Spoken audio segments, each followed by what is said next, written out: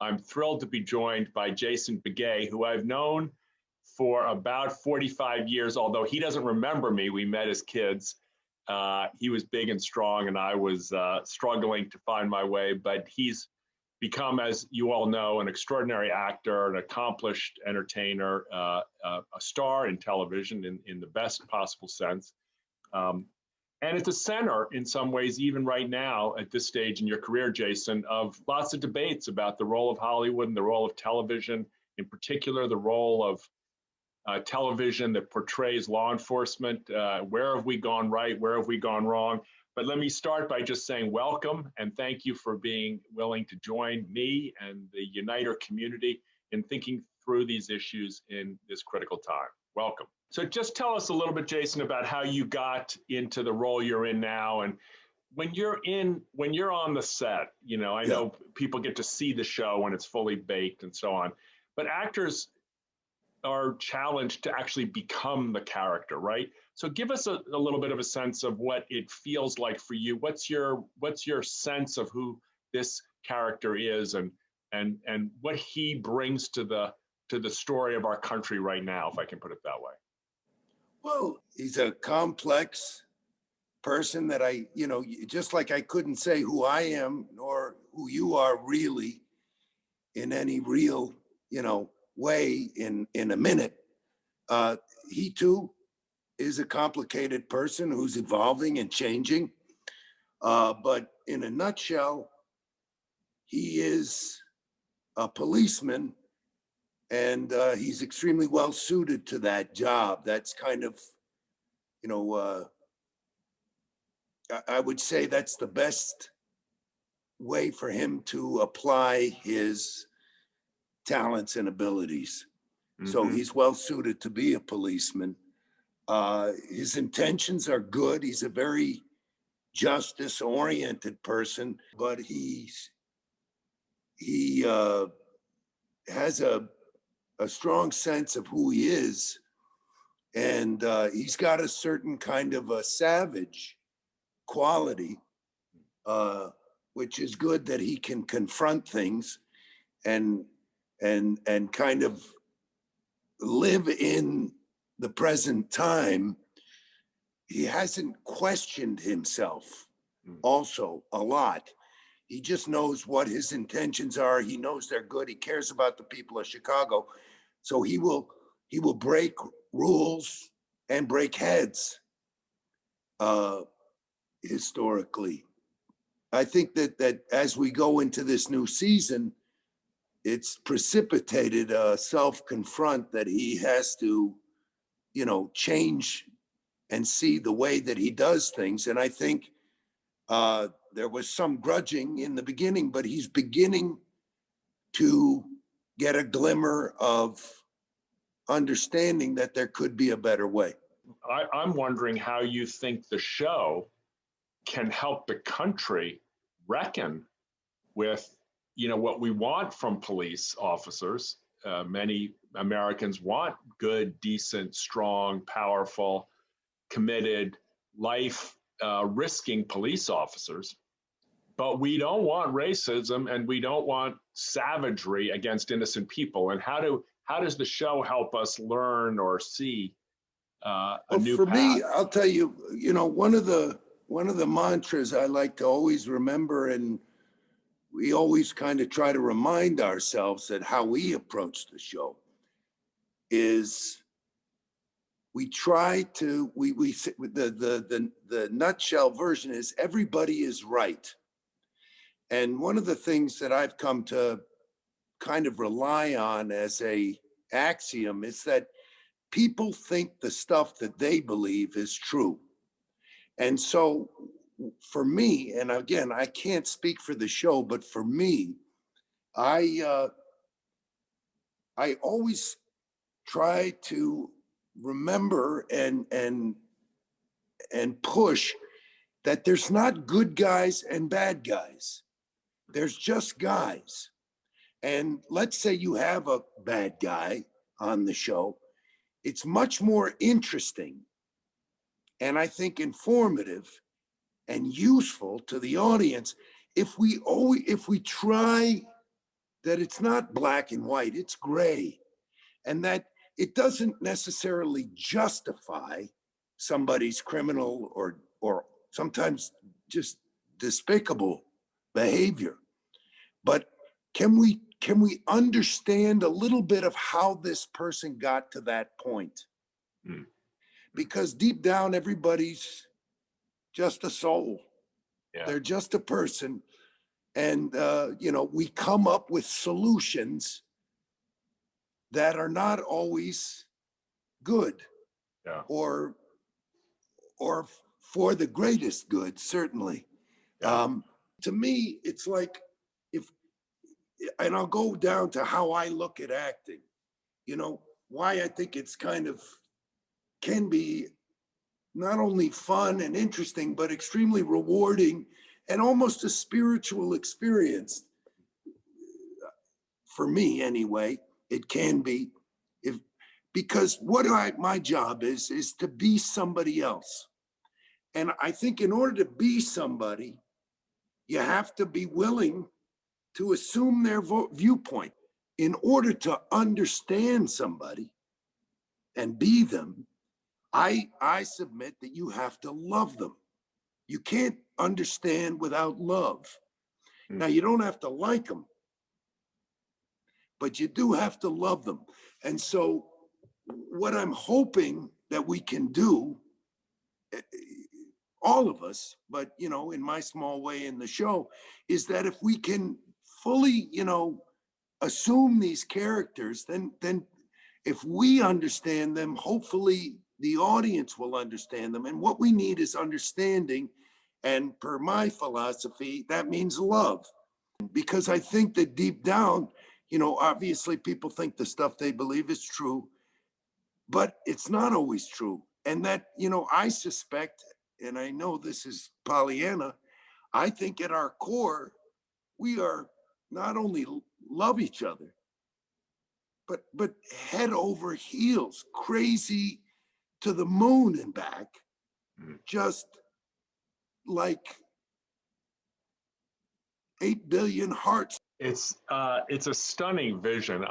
As much as I've been in this field for a long time, I've never heard anyone say 8 billion hearts with one beat. And it's hard to hear that in the midst of so much struggle where people see so much injustice, inequality. They see so much bad intentions on the other side.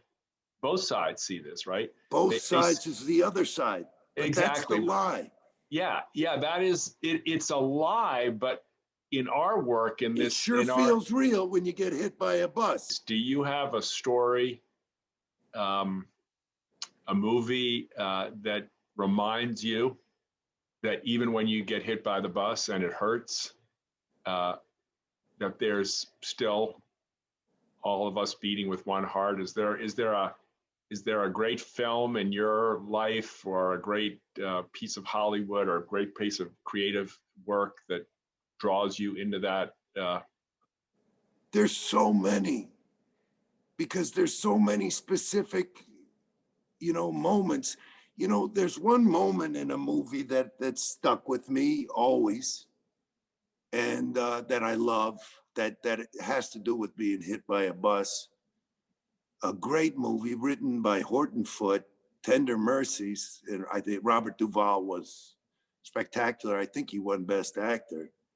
But at the end, after he kind of pulls himself out of alcoholism, gets his life together, and starts to create again, because he's an artist.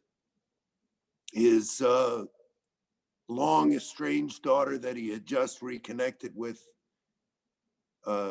beautiful young girl, Ellen Barkin, is killed at the end of the movie.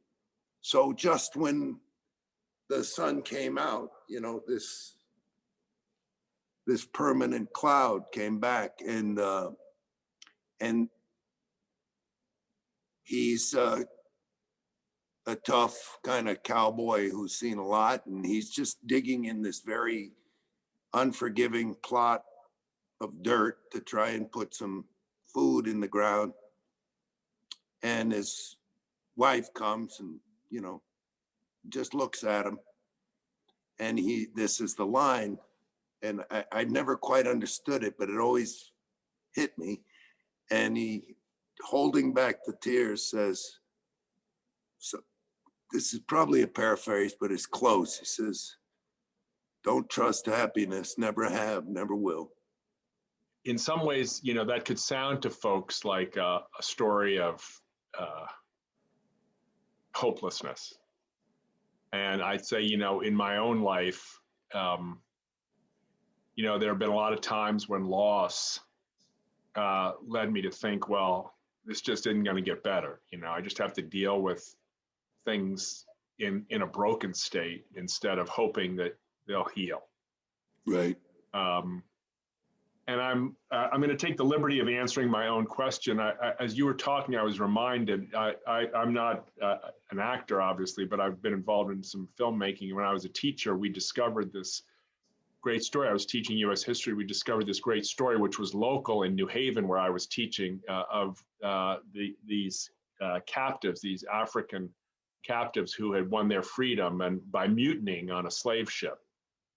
And they were in prison. They were then recaptured. Anyway, the scene in the film Amistad, which ended up being Give us free. Give us free, yeah. And there is a sense, I guess for me,